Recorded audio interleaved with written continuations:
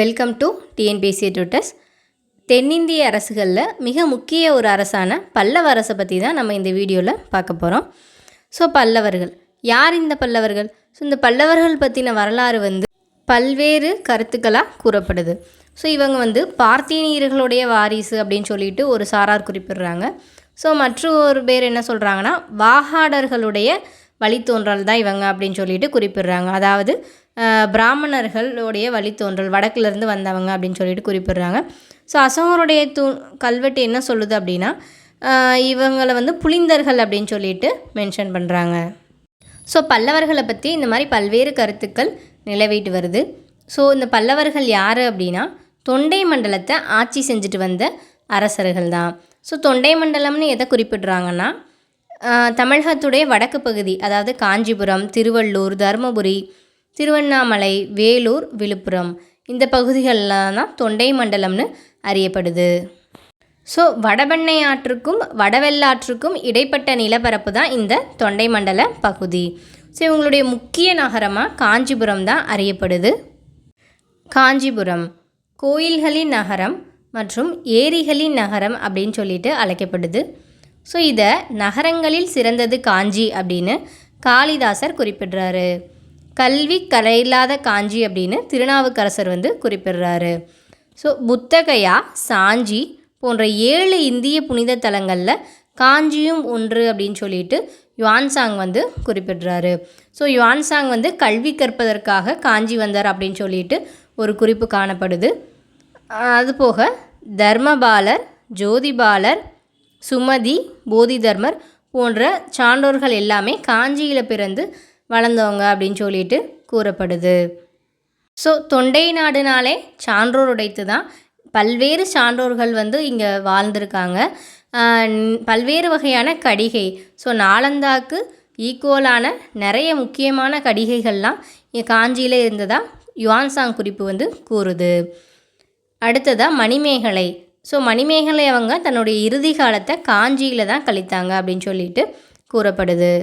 So இந்த காஞ்சிபுரம் தான் பல்லவர்களுடைய தலைநகரமாக செயல்பட்டது. அடுத்ததாக முக்கியமான சான்றுகள் பார்க்கலாம். ஃபஸ்ட்டு கல்வெட்டு சான்றுகள். ஸோ கல்வெட்டு சான்றுகளை பொறுத்தவரை மண்டகப்பட்டு குகை கல்வெட்டு. ஸோ இது மகேந்திரவர்மன் அவர்களுடைய கல்வெட்டு. அடுத்ததாக ஐஹோல் கல்வெட்டு. ஸோ இந்த ஐஹோல் கல்வெட்டு சாளுக்கிய அரசரான 2ஆம் புலிகேசி அவர்களுடைய கல்வெட்டு. அடுத்ததாக குடிமியான், திருமயம் ஆகிய இடங்களில் இருக்க இசை கல்வெட்டுகள். அடுத்ததாக செப்பேடு, காசக்குடி செப்பேடு. ஸோ இந்த காசக்குடி செப்பேடு நந்திவர்மன் அவர்களுடையது. ஸோ முக்கிய இலக்கியங்கள் பார்க்கலாம். மத்த விலாச பிரகாசனம். ஸோ இதுவுமே மகேந்திரவர்மன் அவர்களுடைய தான். ஸோ இதை பற்றி பின்னாடி பார்க்கலாம். அவந்தி சுந்தரி கதை, கலிங்கத்து பரணி, பெரிய புராணம், நந்தி கலம்பகம். அடுத்ததாக அயலவர் குறிப்பு. ஸோ யுவான்சாங் அவர்களுடைய அயலவர் குறிப்பு. அடுத்ததாக முக்கியமான பல்லவ அரசர்களை பற்றி பார்க்கலாம். ஸோ பல்லவ சாம்ராஜ்யம் மிக பெருசு. அதில் இப்போ நம்ம பார்க்க போகிறது எல்லாமே பிற்கால பல்லவர்கள் தான். ஸோ அதில் ஒரு முக்கியமான அரசர் தான் யாருன்னா சிம்ம விஷ்ணு.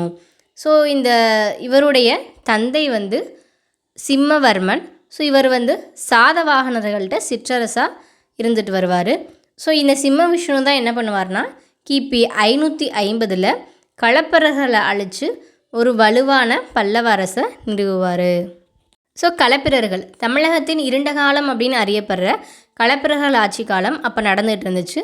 ஸோ இதை வடக்கில் இந்த பல்லவ அரசரான சிம்ம விஷ்ணுவும், தெற்கில் பாண்டிய அரசர்களும் களப்பிரர்கள் ஆட்சியை முடிவுக்கு கொண்டு வந்ததாக கூறப்படுது. ஸோ இதனால் இவர் அவனி சிம்மர் அப்படின்னு சொல்லிட்டு அழைக்கப்படுறாரு. ஸோ அவனி சிம்மம் அப்படின்னா உலகின் சிங்கம் அப்படின்னு சொல்லிட்டு அர்த்தம். அடுத்ததாக மிக முக்கிய சமஸ்கிருத அறிஞர்களில் ஒருவரான பாராவி இவருடைய காலத்தவர். முதலாம் மகேந்திரவர்மன். ஸோ இந்த முதலாம் மகேந்திரவர்மன் மிக மிக முக்கியமான ஒரு பல்லவ அரசர். ஸோ இவருக்கு நிறைய வேறு பெயர்கள் இருக்கும். ஸோ இது எல்லாமே ரொம்ப இம்பார்ட்டன்ட். சங்கீரண ஜதி. ஸோ இவருக்கு சங்கீதத்தில் மிகுந்த ஈடுபாடு இருக்கும், அதனால் இவருக்கு இந்த பெயர். மத்த விலாசன், குணபாரன், சித்திரக்கார புலி, விசித்திர சித்தன், சத்யசந்தன், சேத்தகாரி, கலகப்பிரியன், சத்ரு, மல்லன். இதெல்லாம் மகேந்திரவர்மனுடைய வேறு பேர்கள்.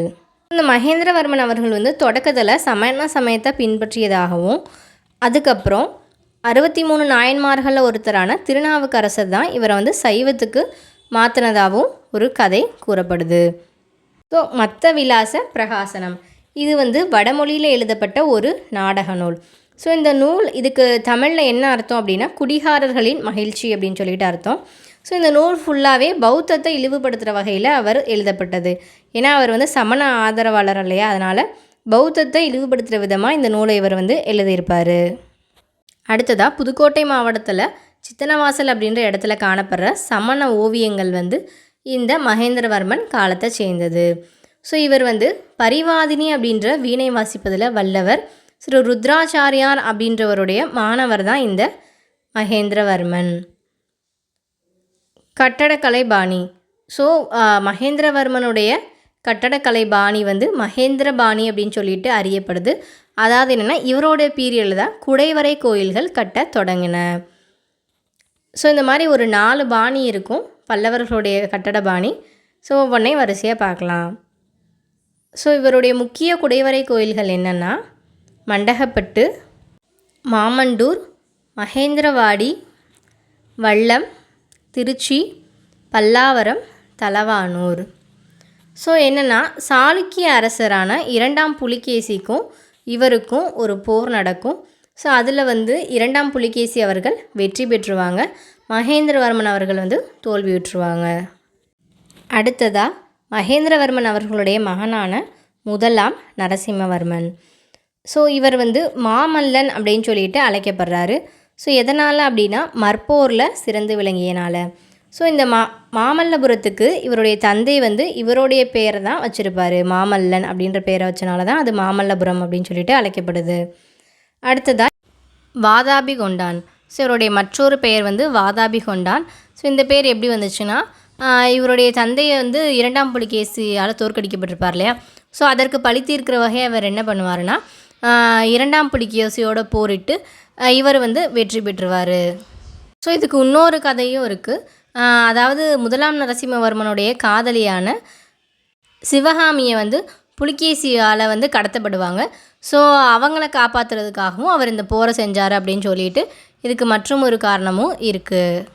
ஸோ இதை தான் கல்கி அவர்கள் வந்து சிவகாமியின் சபதம் அப்படின்னு சொல்லிட்டு ஒரு புத்தகமாக வெளியிட்டிருப்பார்.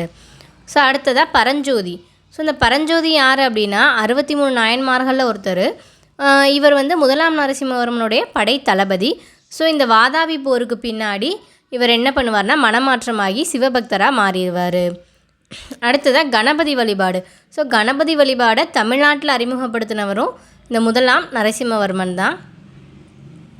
இந்த கணபதியை வந்து வாதாபியிலிருந்து கடத்திட்டு வந்திருப்பாங்க. அடுத்ததாக இலங்கை இளவரசரான மானவர்மன் அப்படின்ற ஒருத்தருடைய மிகுந்த நட்பில் இருப்பார். ஸோ அவர் அரசராகிறதுக்கு கூட இந்த 1ஆம் நரசிம்மர் வந்து அதிகமான உதவிகளை செஞ்சுருப்பார். அடுத்ததாக இவருடைய கட்டடக்கலை பாணி வந்து 1ஆம் நரசிம்மவர்மன் பாணி அப்படின்னு சொல்லிட்டு அழைக்கப்படுது. ஏன்னா ஒற்றைக்கல் ரதங்கள் தான் இவருடைய பாணி. ஸோ இது வந்து மாமல்லபுரத்தில் அதிகமாகவே காணப்படுது. அடுத்ததாக இவருடைய பீரியடில் தான் யுவான்சாங் வந்து காஞ்சிக்கு வருகை புரிவார். அடுத்ததாக 2ஆம் நரசிம்மவர்மன். ஸோ இந்த 2ஆம் நரசிம்மவர்மனுக்கு நிறைய வேறு பெயர்கள் இருக்கும்.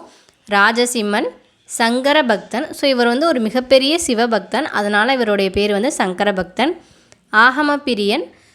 ஸோ ஆகம விதிப்படி கோயில் கட்டுறதில் வல்லவர் இவர், அதனால் ஆகம பிரியன் அப்படின்னு சொல்லிட்டு அழைக்கப்படுறாரு. அடுத்து வித்யாதரன். ஸோ இவருடைய கோயில்கள் வந்து பாறை கோயில்கள் அல்லது கட்டுமான கோயில்கள்னு அழைக்கப்படுது. ஸோ இவருடைய பீரியடில் தான் கட்டுமான கோயில்கள்லாம் கட்ட ஸ்டார்ட் பண்ணினாங்க. ஸோ இதில் முக்கியமான ஒரு கோயில் தான் என்னென்னா காஞ்சி கைலாசநாதர் கோயில். ஸோ இந்த காஞ்சி கைலாசநாதர் கோயில் எவ்வாறு அழைக்கப்படுதுன்னா ராஜ சிம்மேஸ்வரம் அப்படின்னு சொல்லிட்டு அழைக்கப்படுது. அடுத்ததாக மிக மிக முக்கியமான ஒன்று மாமல்லபுரம் கடற்கரை கோயில். ஸோ பல்லவர்களுடைய அடையாள சின்னமாக விளங்குகிற இந்த மாமல்லபுரம் கடற்கரை கோயில் வந்து 1984 யுனெஸ்கோ வந்து உலக பாரம்பரிய சின்னமாக அறிவித்தாங்க. அடுத்ததாக புகழ்பெற்ற கவிஞர்களில் ஒருவரான தண்டி அவர்கள் வந்து 2ஆம் நரசிம்மவர்மன் காலத்தில் தான் வாழ்ந்ததாக கூறப்படுது. ஸோ தசகுமார சரிதம் அப்படின்னு சொல்லிட்டு ஒரு முக்கியமான நூலையும் இந்த தண்டின் வந்து எழுதியிருப்பார். அடுத்ததாக 1ஆம் பரமேஸ்வரவர்மன். ஸோ 2ஆம் நரசிம்மவர்மன் காலத்தில் பெருசாக போர்கள் எதுவும் நடக்கலை. ஸோ அதனால் இவர் வந்து அட்மினிஸ்ட்ரேஷனில் ரொம்பவே கவனம் செலுத்தினார். அதிகமான கோயில்கள் கட்டினார். சீன அரசுக்கு வந்து இவருடைய தூதுக்குழுக்கள்லாம் அனுப்பி வச்சுருப்பார். ஸோ இந்த மாதிரி நிறைய விஷயங்கள்லாம் 2ஆம் நரசிம்மவர்மன் காலத்தில் நடைபெறும். அடுத்ததாக இவருக்கு அடுத்து வலிமை வாய்ந்த அரசர்கள்லாம் பெருசாக ஒன்றும் காணப்படலை. 1ஆம் பரமேஸ்வரவர்மன் சொல்லிட்டு ஒருத்தர் வருவார். ஸோ அவர் என்ன சாளுக்கிய அரசரான விக்ரமாதித்தனோடு அவருக்கு போர் நடக்கும். ஸோ அதுக்காண்டி அந்த போருக்கு வந்து பாண்டிய அரசரான கங்கர் வந்து இவருக்கு உதவி செஞ்சுருப்பார். ஸோ பிற்காலத்தில் பாண்டியருக்கும் இவருக்குமே போர் நடக்க ஆரம்பிச்சிடும். அடுத்து ஒரு முக்கியமான அரசர் தான் 2ஆம் நந்திவர்மன். ஸோ இவர் வந்து பல்லவ அரசருடைய வாரிசு கிடையாது. ஸோ கடிகை உறுப்பினர் மூலியமாக தேர்ந்தெடுக்கப்பட்ட ஒருத்தர் தான். ஸோ இவர் வந்து வைணவ மரபை சார்ந்தவர். ஸோ இதுவரைக்கும் சைவ மரபை பின்பற்றி இருக்கிறது வந்து இவருக்கு பின்னாடி வைணவ மரபாக மாறுது. ஸோ காஞ்சிபுரத்தில் வைகுண்ட பெருமாள் கோயிலை கட்டினதும் இவர் தான். அடுத்ததாக 3ஆம் நந்திவர்மன். ஸோ இந்த 3ஆம் நந்திவர்மனை பொறுத்தவரை தெல்லாறு எருத்த நந்திவர்மன் அப்படின்னு சொல்லிட்டு இவரை நந்திக்கலம்பம் குறிப்பிடுது. ஸோ நந்திக்கலம்பகத்துடைய பாட்டுடை தலைவன் இவர் தான். ஸோ மிகச்சிறந்த போர் வீரராக அறியப்படுறாரு இந்த 3ஆம் நந்திவர்மன். ஸோ அடுத்ததாக பல்லவர்களுடைய கடைசி பேரரசர் யாருன்னா அபராஜிதன். ஸோ இவர் வந்து சோழர்களால் தோற்கடிக்கப்படுறாரு. பல்லவ சாம்ராஜ்யமும் இவரோட நிறைவு பெறுது. ஸோ இந்த வீடியோ உங்களுக்கு பயனுள்ளதாக இருந்திருக்குன்னு நம்புகிறேன். அடுத்த வீடியோவில் பல்லவர்களுடைய நிர்வாக முறையை பற்றி பார்க்கலாம். நன்றி.